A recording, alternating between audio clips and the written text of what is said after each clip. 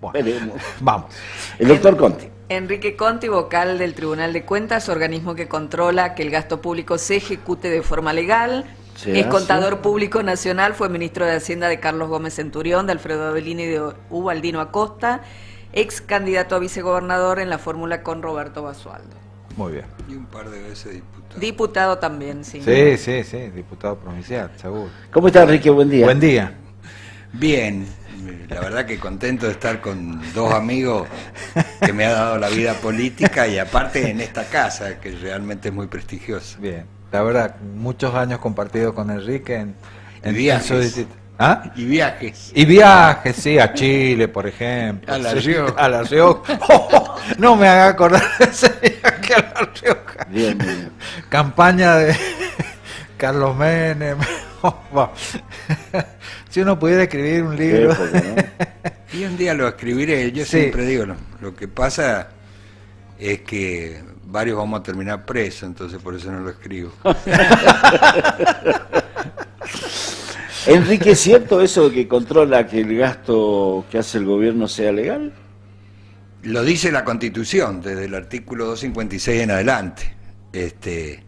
Realmente es una obligación nuestra, lo que sí cambió Gioja en su momento, que era un hecho fundamental, sobre todo a nivel nacional, es decir, en todos los tribunales de cuenta de la nación, salvo el sanjuanino, que es hacer el juicio de cuenta. Una vez encontrado el hecho administrativo que viola una norma, hacerle el juicio, que no quiere decir que uno hace un juicio penal, Bien. porque puede tener una responsabilidad administrativa y a lo mejor no tenerla penal. Bien, Esto claro. es como el juicio político Bien. que siempre hablamos, es decir, usted políticamente, una persona puede ser destituida y no quiere decir que vaya a ser condenada ni civil ni penalmente. Sí, Son tal dos cual. cosas Una responsabilidad distintas. política. Y Claro. Gioja lo cambió eso.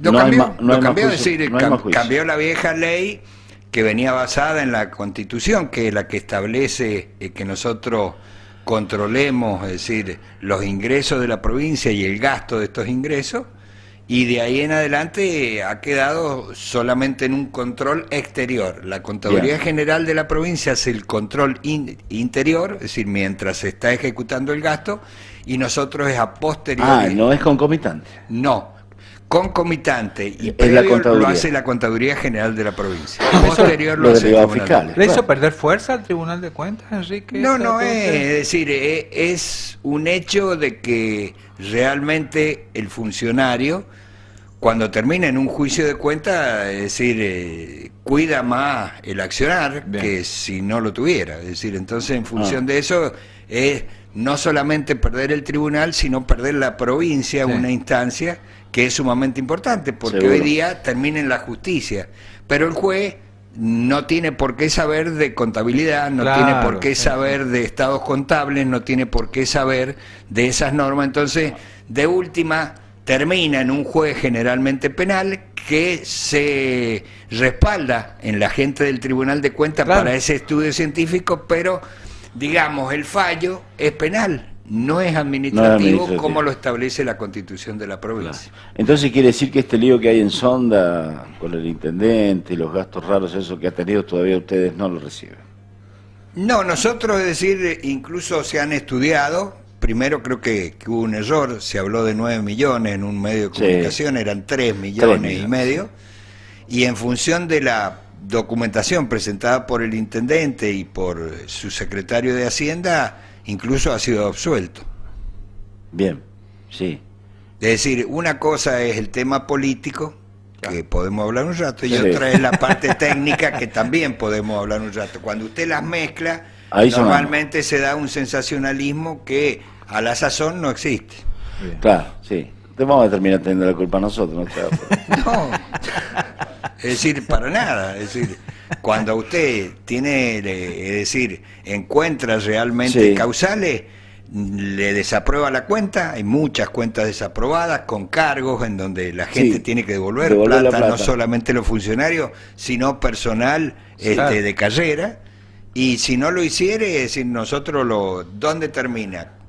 Dándole comunicación al fiscal de Estado, que es el que defiende Para los que- intereses del Estado, y le hacemos una denuncia, si en el caso de cargos que sea recursos los que faltan o que no están aclarados, al juez penal de turno.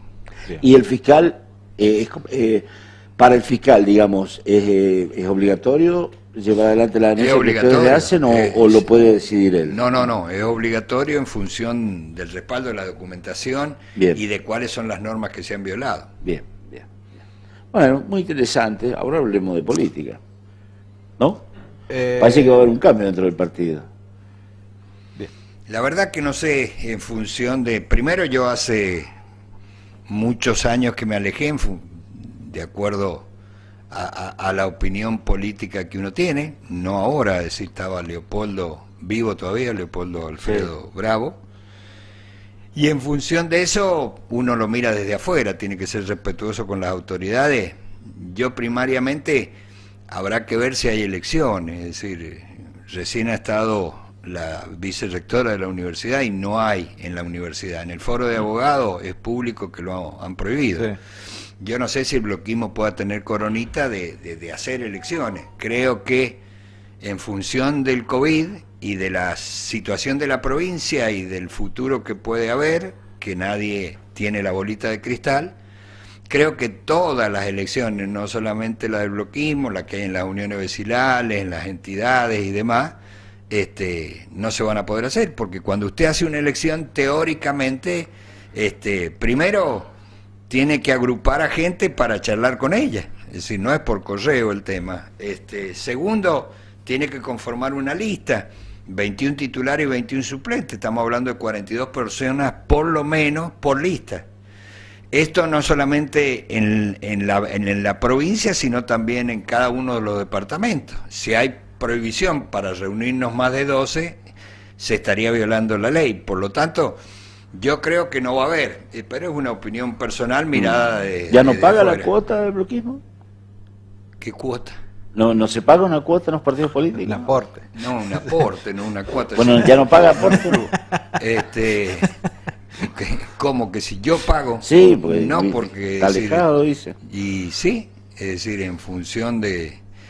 Don Leopoldo decía que un partido político es como una gran iglesia.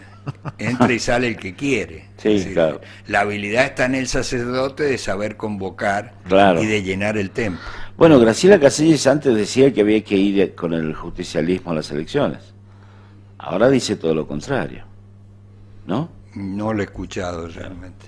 Y el que propone seguir con el sistema de la alianza es el actual secretario del gobernador, Luis Rueda. Luis Rueda. Yo lo que creo que lo que hay que hacer en el bloquismo, con todo el respeto, como le digo, de no ir hace mucho tiempo porque no se ha dado la circunstancia incluso de discutir. El bloquismo es un partido muy grande en la historia de San Juan. Sin duda. Siglo XX y principios del siglo XXI. Sin duda. Que tiene una plataforma muy rica. Si el peronismo se vanagloria de su constitución del 49, el bloquismo tiene su plataforma inscrita en letras de molde en la constitución de 1927. Se adelantó 22 años en la historia. Es decir, que primero lo que tenemos que saber todos los bloquistas es qué ha hecho el bloquismo. Y yo siempre los digo, que haciendo una prueba muy simple se daría cuenta quién es bloquista y quién no. Yo les tomaría solamente una prueba y le diría, a ver, divídanme las obras de Federico con las obras de Aldo, porque las mezclan. Claro. Entonces, si uno mezcla no ha leído ni la historia. Claro. Pero volviendo al tema, yo creo que lo que el bloquismo tiene que hacer es abrir las puertas. Abrir las puertas a todos y que todos opinemos. Es decir, eso lo hacía don Leopoldo. Don Leopoldo, normalmente todos hablan de que era un líder y un caudillo. Don Leopoldo no era caudillo, el caudillo era Federico Cantoni. Don Leopoldo, por su formación, que fue un diplomático de carrera, era un pacificador. Él llegó y unió y enganchó a la clase independiente de San Juan y tuvo una vigencia de más de 40 años. Un tipo que tenía una visión de futuro muy importante. Y yo no le tengo miedo a las alianzas. si uno viene siendo nieto de fundadores del partido, que acompañaron a Federico, Aldo y Elio Cantoni, el bloquismo a través de su historia ha hecho alianzas con el Perón y con Perón, no sí. con estos pseudo peronistas, con Perón, con el peronismo de Perón.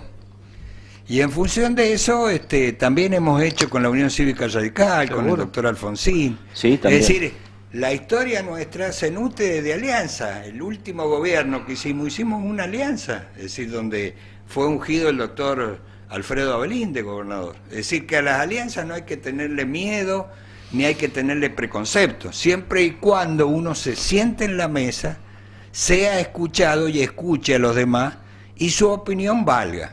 Ahora, si uno va a esperar que por la ventana le tiren un par de panes que van sobrando, no tiene la grandeza de ser el partido importante que necesita San Juan, que puede ganar y puede perder. En la democracia no siempre se gana, se puede ganar y se puede perder, y en función de eso ese es el juego, es decir, ese es el juego de la democracia, de la mayoría, y cuando alguien gana hay que saber respetar y esperar su momento. ¿Y en el espacio con vos hay esa mesa, ese diálogo? Yo por lo menos desde que fui humildemente, sin tener nada que ver, en el año 2013, siempre hemos tenido una participación, nos han dado esa participación en la mesa, no solamente de formar parte de fórmulas y ocupar cargos, sino de sentarnos. Ahora, por ejemplo, en ese gran acuerdo que pide el gobernador, y sentados en la misma mesa,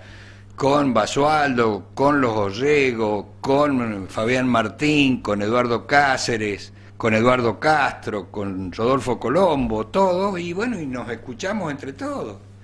Y en función de eso, incluso en los temas en donde nosotros hay cierta especialización, por supuesto que nos escuchen, y es lo que hay que hacer. Usted tiene gente muy importante en el bloquismo que se fue yendo, no solamente yo, se fue yendo, incluso de la familia Bravo, se fueron yendo porque se fue cerrando, porque la cuota parte que se daba era cada vez más chica. Entonces yo creo que hay que abrir las ventanas y saber competir, incluso dentro del bloquismo. Creo que tienen una oportunidad importante de aquí a fin de año. Uno tiene que ir mirando la película hacia futuro, es decir, porque si no es un voluntarismo lo nuestro. Y si uno ve que hoy día Italia ha declarado la emergencia hasta el 15 de octubre, si uno saca la cuenta viene a ser el 15 de abril del año que viene para nosotros. Es decir, que si Italia hoy día tiene 1000 y pico de contagiados, España 1700, Francia 1500, eso va a ocurrir terminado febrero, marzo en nosotros. Es decir, ¿por qué vamos a ser diferentes? Hablando de la Argentina. Claro. Es decir, que es un virus que ha llegado para quedarse y hay que aprender a convivir con él. Esta es la realidad, si no nos estamos mintiendo. Y después la frustración es mucho más grande. Nosotros tenemos la suerte en esta oportunidad de ir viendo la película 4 meses antes. Vamos viendo qué le pasa al muchachito de la película y demás. Bueno, en función de eso, lo que hoy día pasa en las playas de Europa va a pasar en diciembre, enero y febrero en las playas de Argentina. Por lo tanto, hay que adelantarse. Si uno no se adelanta, es muy difícil.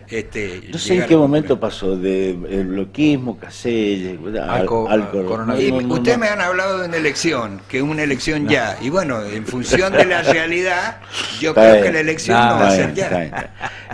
Claudio, quería preguntarle de economía. No, pero antes de pasar a la economía, una pregunta que le hemos hecho a distintos dirigentes que han estado en ese lugar es: ¿hay oposición en San Juan? A ver, estamos en una época difícil, pandemia, coronavirus, pero y la actividad política como que ha pasado a un segundo plano, pero ¿está cumpliendo el rol que debería cumplir la oposición? ¿Hay oposición en San Juan? Y depende, como el tema del periodismo que hablábamos fuera de micrófono. Sí. Yo me crié en una época donde las oposiciones eran duras. Sí.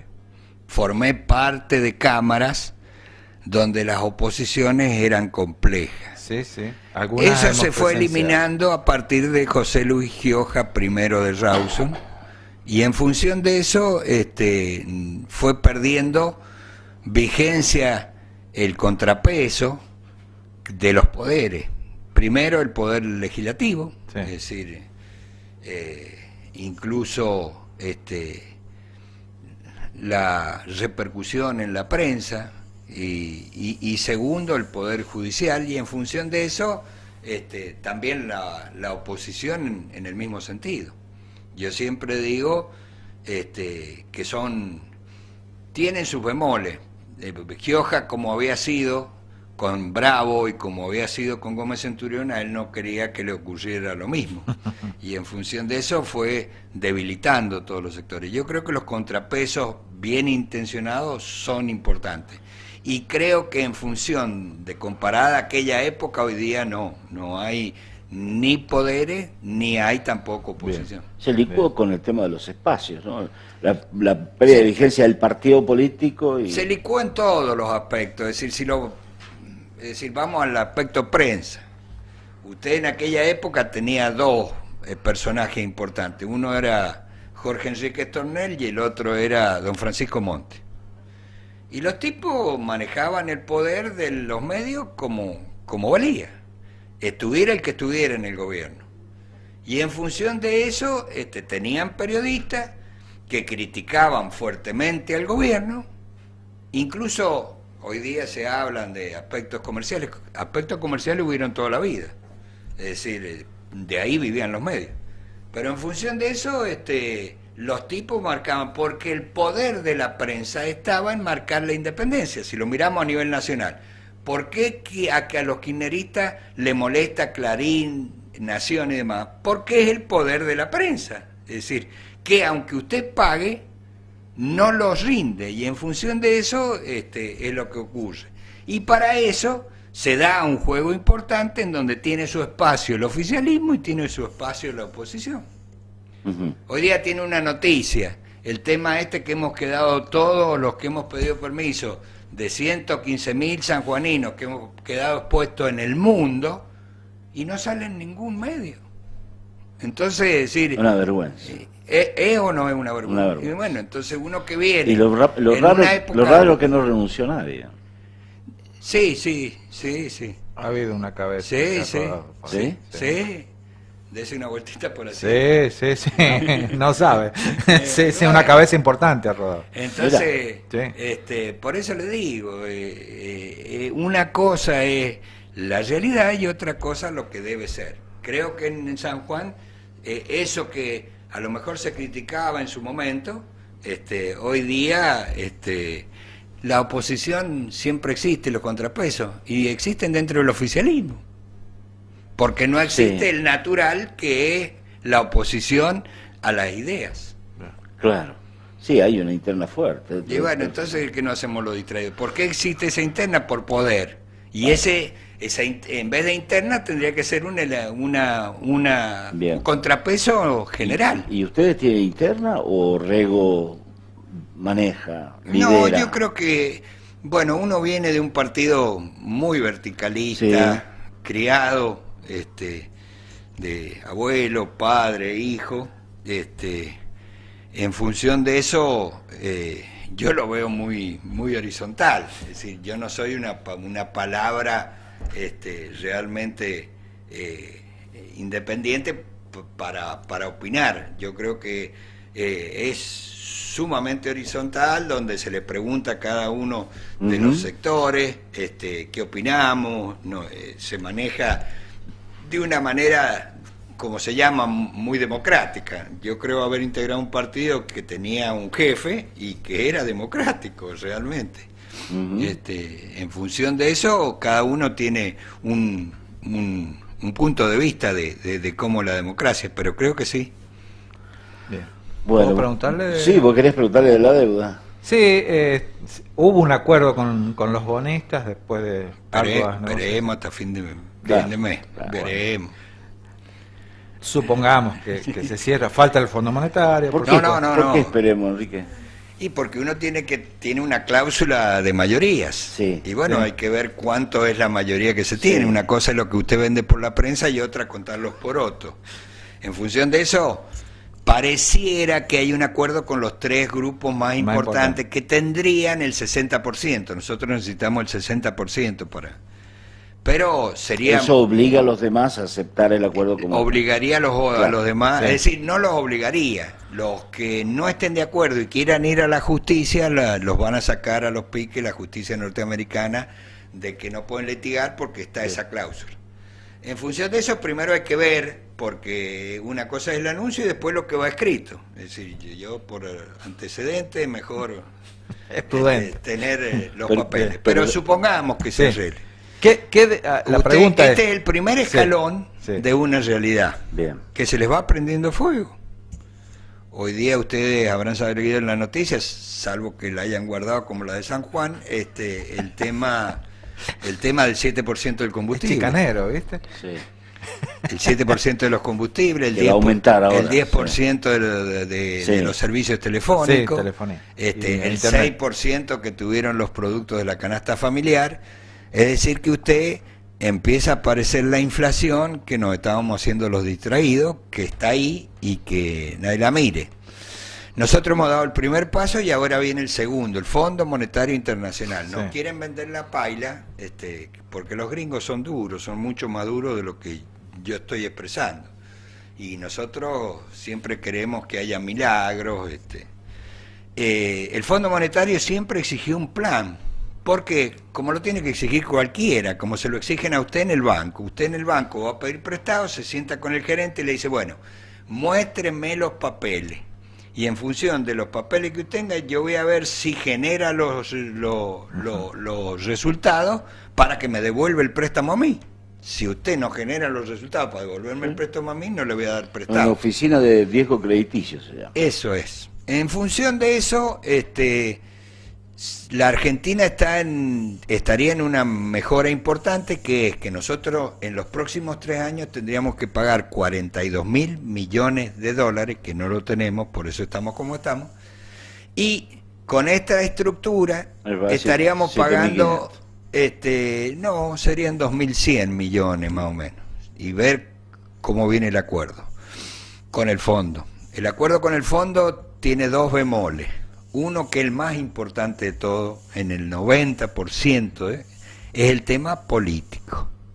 Es un órgano político formado por países, que esos países te votan a vos en función de los apoyos que vos des. Y nosotros somos bastante díscolos históricamente.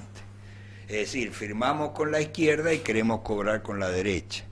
Entonces, ahí viene el primer tema. En un momento complejo que es, ¿qué va a pasar con Donald Trump? Es decir, todos los argentinos queremos que pierda, porque no lo podemos ni ver, pero es el que tiene que firmar, porque se va en enero recién. Es el que nos tiene que dar la ayuda, si nos la va a dar, porque es el mayorista dentro del Fondo Monetario. Y segundo tema, es el tema económico, es decir, es ese plan que el presidente dice que odia la palabra plan, que para él es objetivo. Bueno, supongamos que le va a decir, bueno, che, ¿cuál es el objetivo suyo? Ganar plata. Bueno, ¿cómo va a ser para ganar plata? Es decir, ¿cómo va a ser para reactivar Vaca Muerta? ¿Cómo va a ser para reactivar o generar más recursos del agro y de la minería? No tenemos otra cosa, porque la otra que podría ser, que es la industria del conocimiento, llámese las empresas software, sí, o con Galperín a la cabeza, para no dar nombre y hacer publicidad que no le pagan aquí al en función de eso, que también es un buen... Ya hemos visto que la ley de teletrabajo y la ley de fomento de eso no ha sido lo ideal, por lo cual hay que ir a los otros sectores. Vamos al que más conocemos nosotros, que es la minería. Aquí está Altar, está Azul, está el tema de los yacimientos que hay en Iglesia y demás, Pachón. El que venga tiene que traer dólares para invertir. Cuando se quiera llevar las utilidades, ¿se va a poder llevar $200 nomás? El que venga tiene que traer dólares, se lo vamos a cambiar a 70 pesos, 70, el dólar vale 130 y pico, 70. cuando se vaya a ir, ¿se lo vamos a cambiar a 70 o 70 menos la retención? Al que va a traer los dólares, ¿le vamos a cambiar las reglas jurídicas y vamos a cambiar el impuesto con el impuesto a la riqueza, el impuesto a las ganancias y demás? En función de eso es muy simple. Si vamos a seguir haciendo lo que hacemos los argentinos, cualquiera sea el gobierno, no van a venir a invertir. Se van a ir a Perú, se van a ir a Chile, se van a ir al lugar del mundo donde usted le garantice seguridad jurídica. Es decir que para que eso que nosotros vamos a calcular, que vamos a tener o generar para poderle devolver a la gente que le estamos debiendo, tiene que haber un plan. Y ese plan, leerlo todo el que quiera venir a invertir. La bandera del kirchnerismo, la industria automotriz, que para mí son armadoras, no hay industria. Ahí no hay industria de nada porque usted, para armar un auto, el 60% son componentes importados. Batería, bujía, cubierta, quiere que sigamos, parabrisas. Es decir, que usted lo arma aquí para que lo exporte. Por ejemplo, Toyota, que es el que más exporta. El 50%, más del 50% es importado. Si usted no lo va a dejar entrar porque no tiene dólares en el central para las importaciones, ¿cómo va a exportar? Si usted no tiene para pagar las importaciones que le van a permitir armar esa camioneta para poderle exportar, no hay forma de exportar. Entonces todas esas cosas se las van a preguntar y las va a tener que contestar. Y si usted no la... Y además otros temas espinosos como el tema de inflación, déficit fiscal, etcétera, etcétera, que podemos estar en un programa amplio. Bien. Y realmente es una situación compleja la de Argentina, que es ir subiendo de peldaño en peldaño. Y yo lo que veo hasta ahora, a lo mejor me equivoco y pido disculpas si me equivoco, andan despejando la situación de este gobierno hasta el 2024, y el que venga, que Dios lo ayude, además de... Siempre fue igual. Por eso le digo, entonces si usted no cambia, no hay forma que los de afuera le crean, porque usted hace siempre lo mismo. Si uno se pone a estudiar desde el año 55 o 52 para acá, o vámonos más atrás, desde la época de Irigoyen, cuando cambia con la década infame, para acá, y siempre, cada 10 años hace más o menos lo mismo. Por eso es cíclico la cosa. El problema es que cada vez va peor. Le está diciendo la ONU, y le está diciendo que va a tener el 90% de los niños debajo de la línea de pobreza. Entonces ya le están diciendo, mire, che, el Titanic se empieza a hundir, déjense tocar ahí la música arriba porque van a terminar mal. Bien. Podríamos seguir hablando ahora con Enrique. Sí, la verdad que sí, es muy interesante. Por supuesto no estoy de acuerdo con algo que lo he dicho, pero bueno, igualmente bueno, es muy interesante lo que dice. Al final le va a ir como yo digo. Bueno. Seguro. Enrique, muchas gracias. Gracias a usted.